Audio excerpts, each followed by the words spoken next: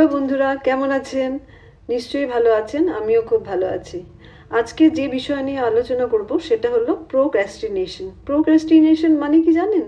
Procrastination হলো আমাদের জীবনে কিছু ইম্পর্টেন্ট ওয়ার্ক থাকে যেটা নাকি আমরা সচরাচর করতে চাই না। সেটাকে আমরা জানি এটা আমাদের জীবনে খুবই ইম্পর্টেন্ট, তাও সত্ত্বেও আমরা মানে আজকে করব না কালকে, কালকে করব না পরশু, পরশু করব না তরশু, এভাবে করে কি করি আমরা কাজটাকে দূরে সরিয়ে দিই।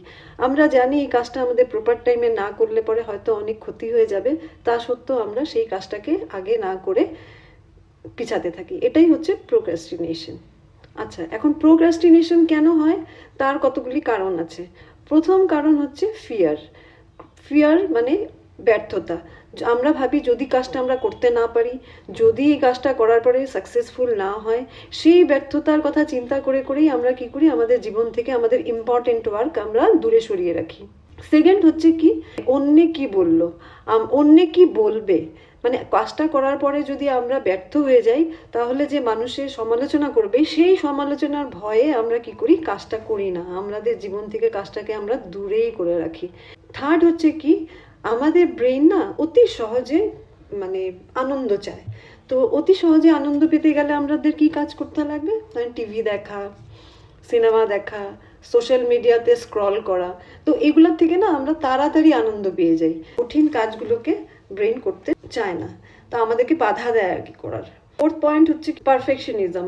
পারফেকশনিজমে কি হয় যে কোনো কোনো মানুষ আছে এত নিজেকে পারফেক্ট করে রাখে যে ভাবে যে সম্পূর্ণ পারফেকশন না আসা পর্যন্ত তারা সেই কাজটাকে শুরুই করবে না।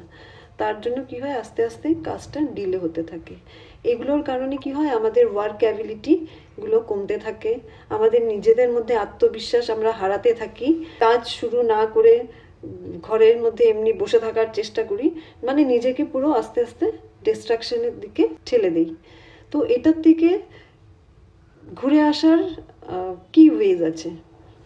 এটা থেকে ঘুরে আসার প্রথম ওয়েজ হচ্ছে কি, যদি ধরুন আমাদের একটা কাজ, যে কঠিন কাজটা করলে পরে আমাদের জীবনে অনেক খুশি আসবে বা আনন্দ আসবে, লং রানে আমাদের জীবনটা ভালো হবে, সেই কাজটা যদি ডিউরেশন অনেক বড় হয়, সেই কাজটাকে ছোট ছোট ছোট ছোট পার্টে ডিভাইড করে আমাদের করতে লাগবে। যে আমাদের ইম্পর্টেন্ট কাজ থেকে যে দূরে সরে গেল আমাদের জিন্দিগিটা, ওটাকে কিভাবে চেঞ্জ করব, আমাদের জীবনের এই কাজগুলো মানে বড় বড় কাজগুলোকে ছোট ছোট পার্টে ডিভাইড করে প্রথমে আমরা করার চেষ্টা করব। এই ছোট ছোট পার্টে ডিভাইড করা মানে হচ্ছে, একটা ধরুন প্রজেক্টের কাজ করছেন, সেটা আপনার একটা টেন্টেটিভ ডেট থাকবে, ধরুন 15 days টেনিওরের একটা টেন থাকবে।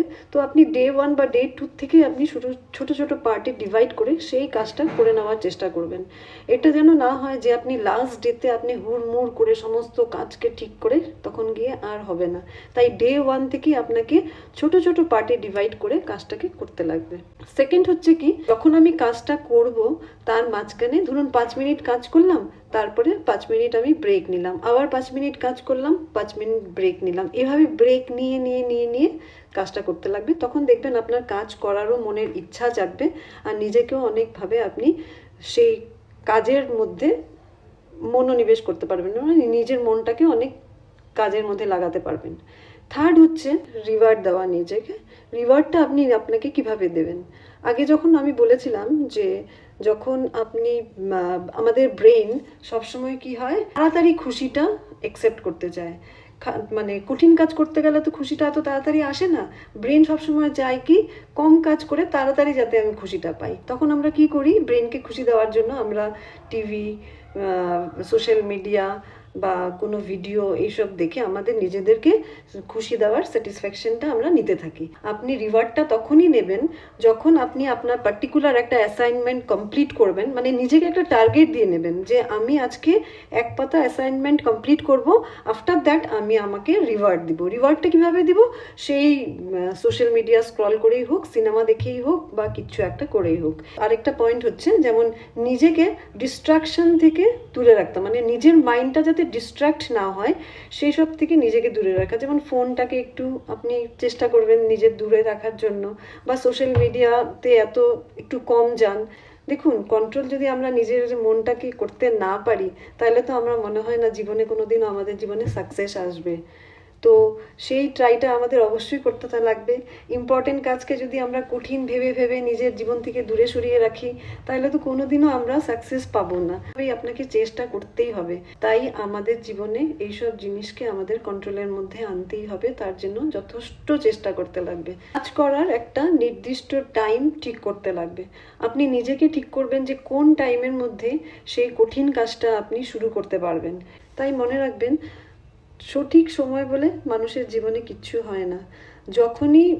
যখনই কাজ তখনই সঠিক সময়। আপনি যদি সঠিক সময়ের আশায় করে করে করে করে দিন পার করতে থাকেন, তাহলে কোনো কাজই টাইমলি আপনি চেষ্টা করেও করতে পারবেন না।